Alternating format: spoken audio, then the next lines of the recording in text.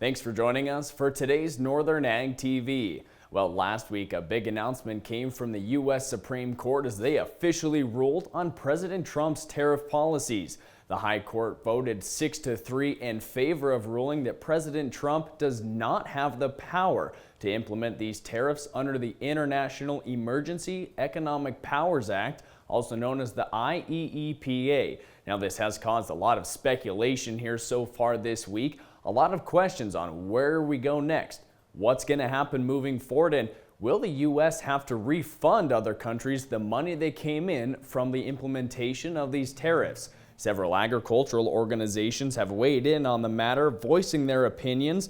The Montana Farmers Union president, Walter Schweitzer, welcomed the Supreme Court decision, stating that hopefully the court's decision will embolden Congress to exercise its powers and do its job. Schweitzer also said the damage that was caused by the tariffs outweighs the money collected in tariff dollars, noting that these tariffs have left competitors to develop infrastructure and relationships with other countries that do exclude the USA. Now, we're going to take a quick break, but we'll come back to hear how the American Farm Bureau Federation reacted to this Supreme Court news. But first, a word from our TV sponsor, BNSF Railway. From the beginning, we've worked closely with farmers.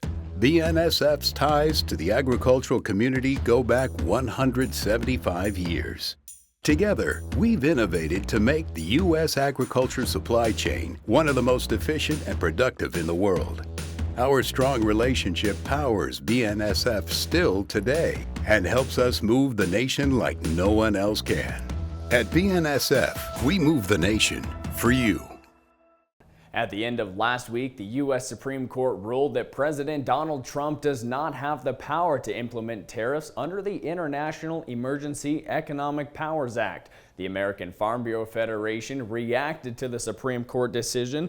American Farm Bureau President Zippy Duvall said that America's farmers understand the president's efforts to use the tariffs to try and create a more level playing field for U.S. goods, U.S. workers, and the U.S. economy. Duvall also noted that trade disruptions and declining prices for ag goods created additional hardships for farmers coming into last year. So many industry professionals and ag groups are asking the questions, what's next? Where do we go from here? And really, what does the short-term outlook look like? Travis Cushman, the Deputy General Counsel for Litigation and Public Policy with the American Farm Bureau Federation, said the decision will go immediately to the International Court of Appeals to figure out what's next.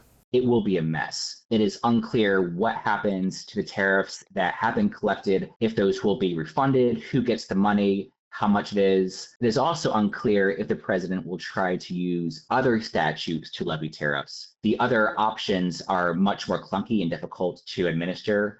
So definitely a lot of uncertainty remains. Of course, we've already seen some pressure on commodity markets and such, and there will be a lot of questions circling on where the direction goes after this. But as always, we'll keep you updated when we learn more information right here at the Northern Ag Network. I'm Colton Young. We'll see you next time.